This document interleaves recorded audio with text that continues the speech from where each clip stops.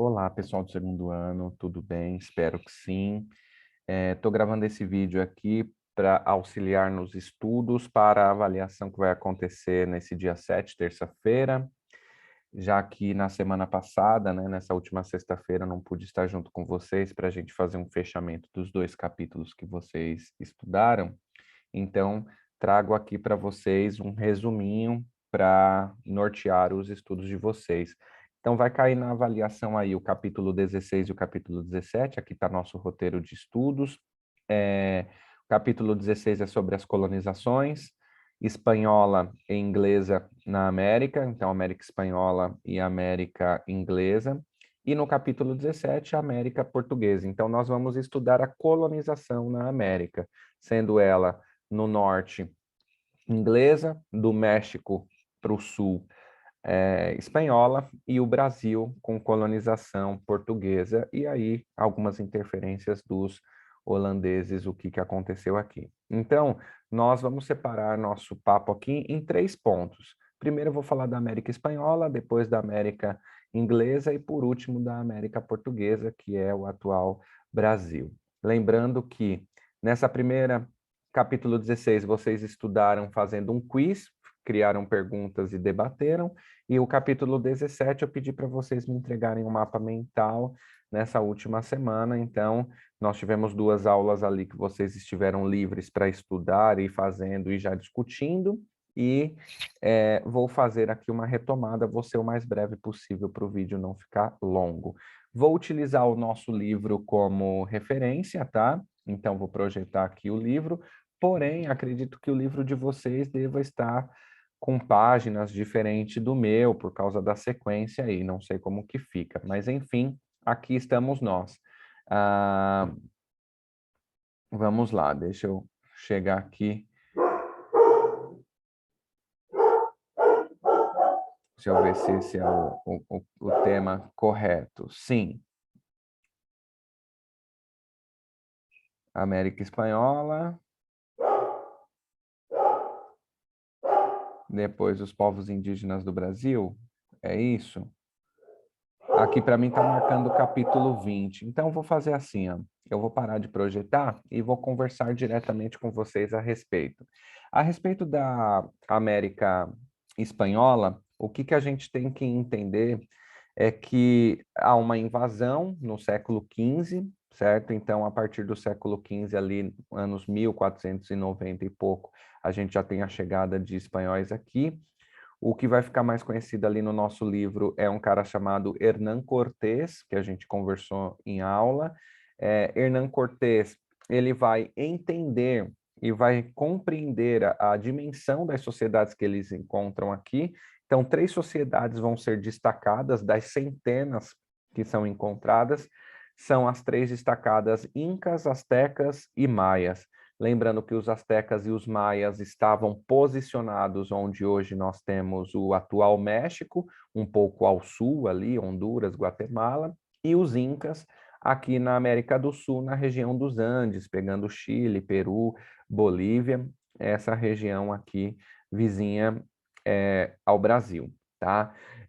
Entender uma coisa dessas sociedades que nós entendemos no primeiro capítulo. Os maias e os astecas tiveram grandes impérios e uma sociedade estratificada, organizada, com imperador e tudo mais. Já os incas, aqui a gente tem uma sociedade mais um pouco descentralizada, esse poder, tá bom? Entender também que quando os europeus chegaram na cidade de Tenochtitlan, por exemplo, lá no atual México, eles vão encontrar uma sociedade extremamente desenvolvida, hierarquizada, com processo de escravidão e tudo mais. Então, para vocês terem noção, Tenochtitlan era uma cidade que abrigava até 10 mil pessoas, era maior do que a maior cidade da Europa na época, que era Londres, na Inglaterra.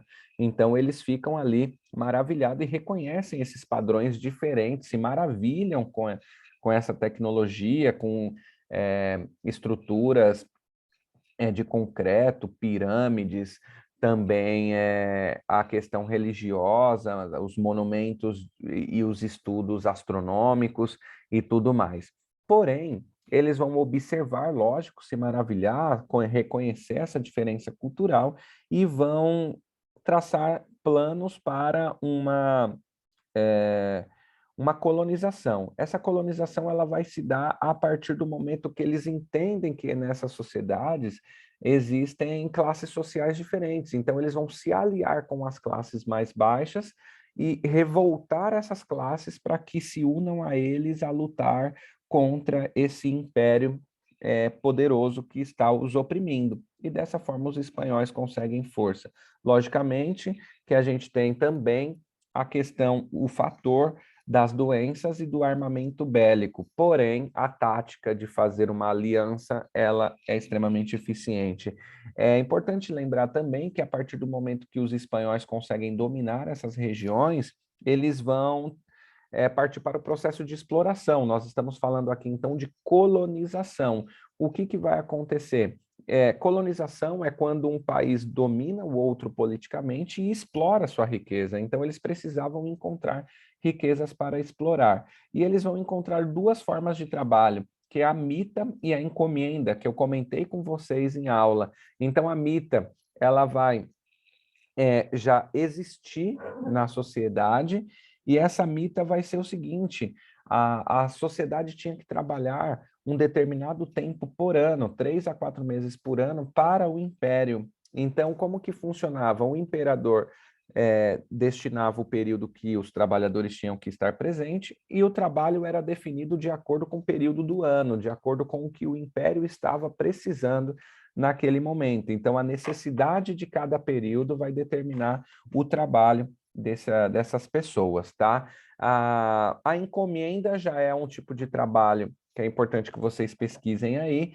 Já o nome diz em espanhol, é um encomendado, então o rei espanhol determinava certas pessoas para explorar os territórios na América, que era de domínio agora da Espanha, tá?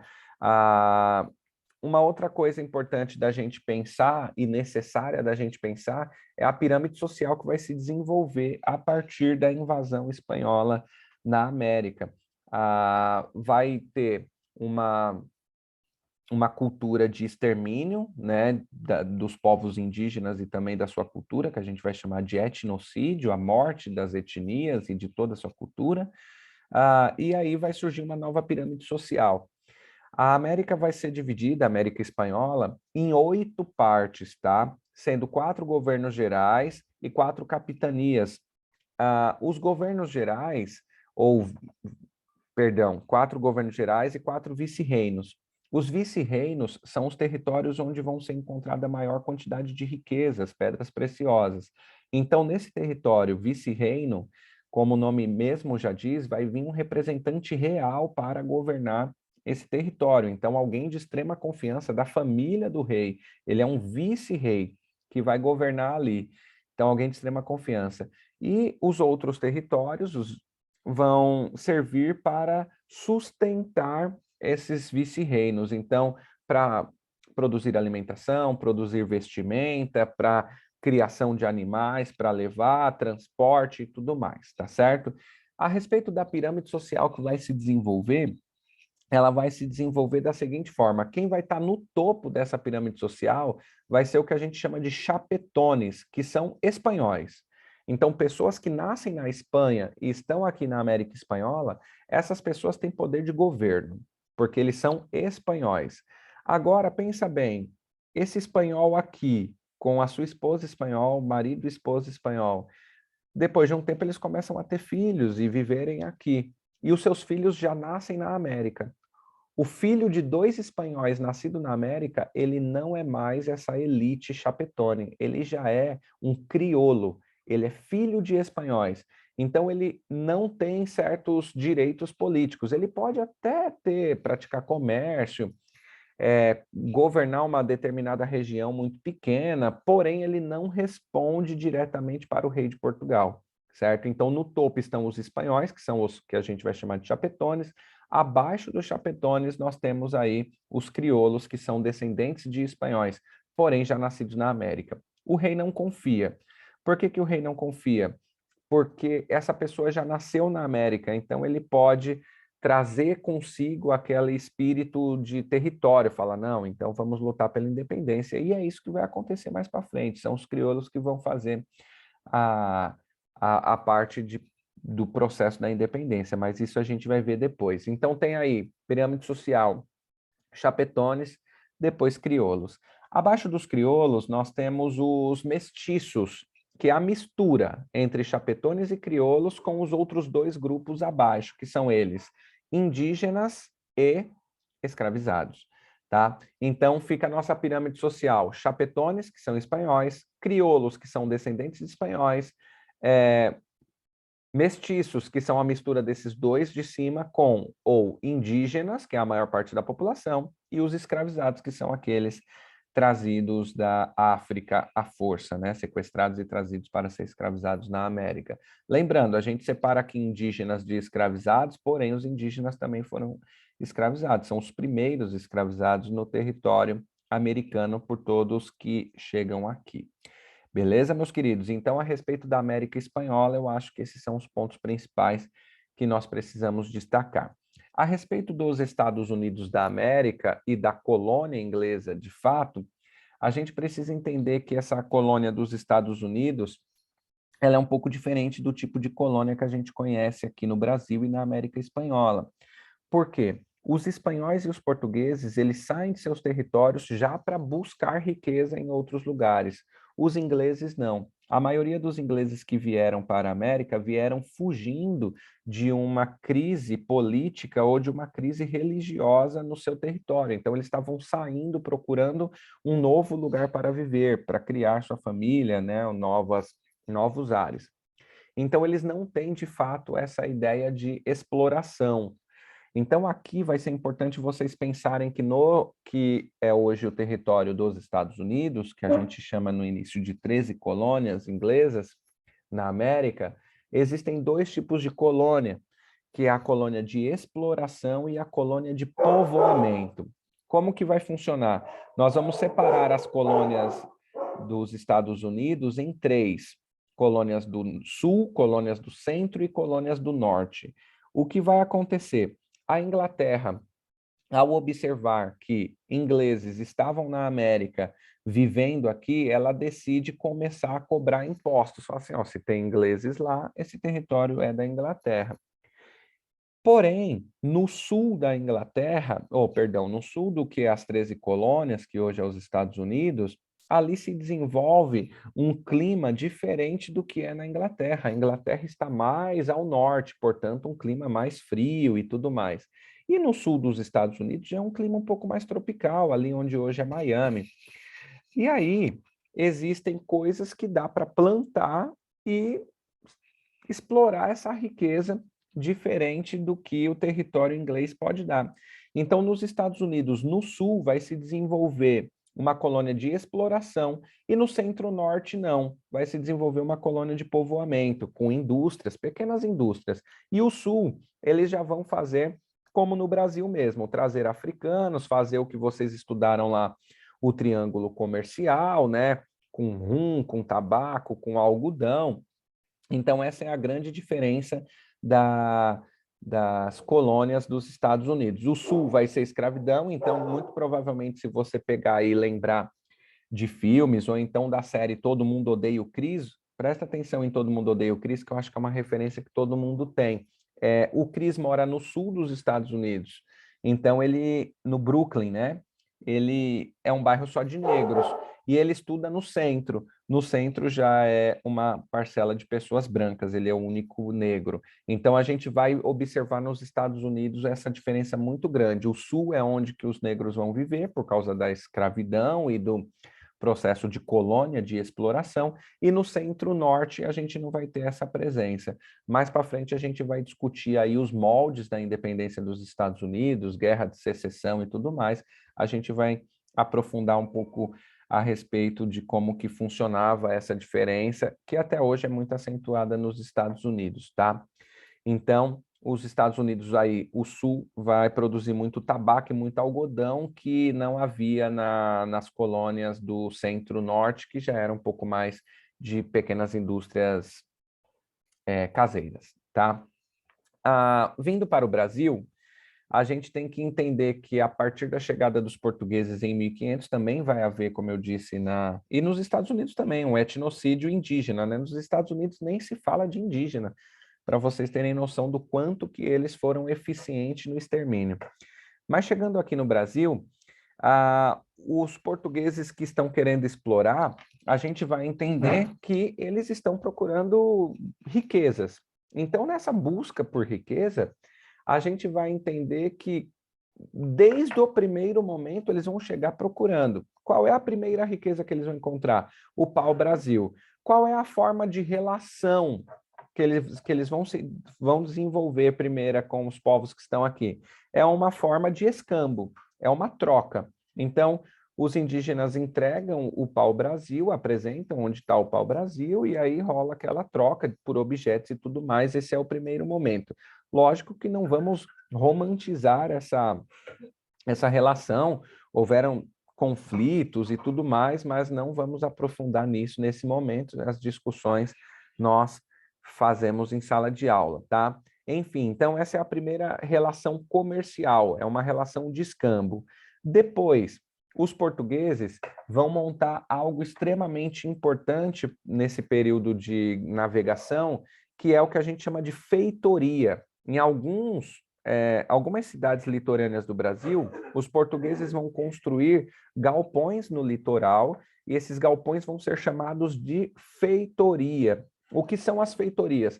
São lugares que a gente chama de entrepostos comerciais, em que vai ficar ali no litoral, quem vem de fora descarrega ou carrega ali, e quem está dentro do continente vai até essa região e deposita ali. Então, é um lugar de comércio do marítimo com terrestre, né? Então, ali vai se dar esse comércio de todo tipo de coisa, até mesmo o comércio de pessoas trazidas da África, onde as pessoas aqui que estavam no Brasil mais tarde vão passar a comprar, e também de produtos tirados do Brasil para ser levados para todos os lugares do mundo aí, tá? Então, a feitoria é muito importante. Quando os portugueses decidem colonizar o Brasil, ali em 1530, porque holandeses e franceses já estavam começando a fazer investidas aqui, procurar coisas também, os portugueses falam assim, vamos colonizar. O que significa isso? Vamos organizar nossa exploração, dizer que é nosso. Então, a partir de 1530, o Brasil começa a organizar, ou Portugal começa a organizar, como explorar esse grande território que agora é deles. E eles decidem por um tipo de governo chamado capitanias hereditárias. Dividem o território brasileiro em 15 faixas de terra, determinam capitães donatários, então pessoas lá de Portugal recebem uma carta chamada Carta Floral. Essa carta vai dar os direitos e os deveres dessa pessoa no território. Então, a pessoa chega aqui com o direito de explorar o território, mas tem o dever de proteger, tem o dever de extrair riqueza e de enviar uma parcela dessa riqueza para o rei de Portugal, tem o dever de adentrar o território para ir para o centro e não ficar somente no litoral. Então, os portugueses começam a organizar essa exploração. Esse tipo de governo, que se chama capitania hereditária, ela não dá certa. Por quê? Nem todas as regiões conseguem se comunicar para saber como que está dando certo ou não. Umas se desenvolvem mais que as outras, como, por exemplo, Pernambuco, por conta do território. E é nesse momento que os portugueses decidem a mão de obra e qual produto que eles vão ganhar dinheiro aqui. E aí eles decidem pela cana-de-açúcar. Então, eles decidem pela cana-de-açúcar, decidem pela mão de obra escrava negra. Por que eles decidem pela mão de obra escrava negra? Porque eles já tinham colônias na África, muitos negros já sabiam e já conheciam o processo de plantio e de colheita e da fabricação do açúcar. Os portugueses já tinham esse mercado na Europa, então já tinham um mercado consumidor para esse produto, e também vender pessoas era uma forma de lucro. Então, eles traziam pessoas da África sequestrados para o Brasil, e chegando aqui no Brasil, eles vendiam. Então, eles ganhavam dinheiro também vendendo pessoas. Então, era um mercado extremamente lucrativo, tá? E aí eles começam esse processo de capitanias hereditárias que, brevemente, funciona, não dá muito certo, e o governo português decide substituir as capitanias hereditárias por um outro tipo de governo, que é o chamado governo geral. O governo geral é um governante aí já para o Brasil, como se fosse um presidente atual, e essa pessoa já responde diretamente para a coroa portuguesa. Então, o governo geral é uma forma de governo mais eficiente, que é a que vai levar o Brasil aí um pouco mais de tempo. No Nordeste brasileiro, especificamente em Pernambuco, os portugueses têm um problema com os holandeses, que acabam invadindo Pernambuco e transformando Pernambuco em um Brasil holandês. Então, Pernambuco passa a ser Brasil holandês por um período. Quem governa ali a região é um cara chamado Maurício de Nassau, em nome das Companhias das Índias Ocidentais da Holanda, e a gente vê que é muito importante a presença dos holandeses na região, porque são eles que vão ajudar a consolidar o sistema de produção açucareira no Brasil.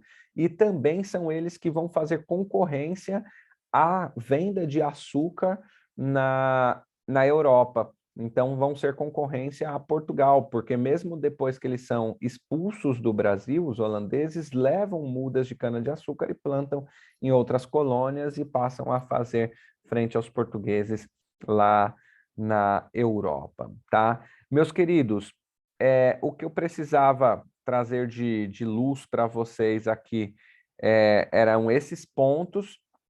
Então, bons estudos, assistam videoaulas aí também. Boa prova amanhã para vocês e a gente se vê em breve.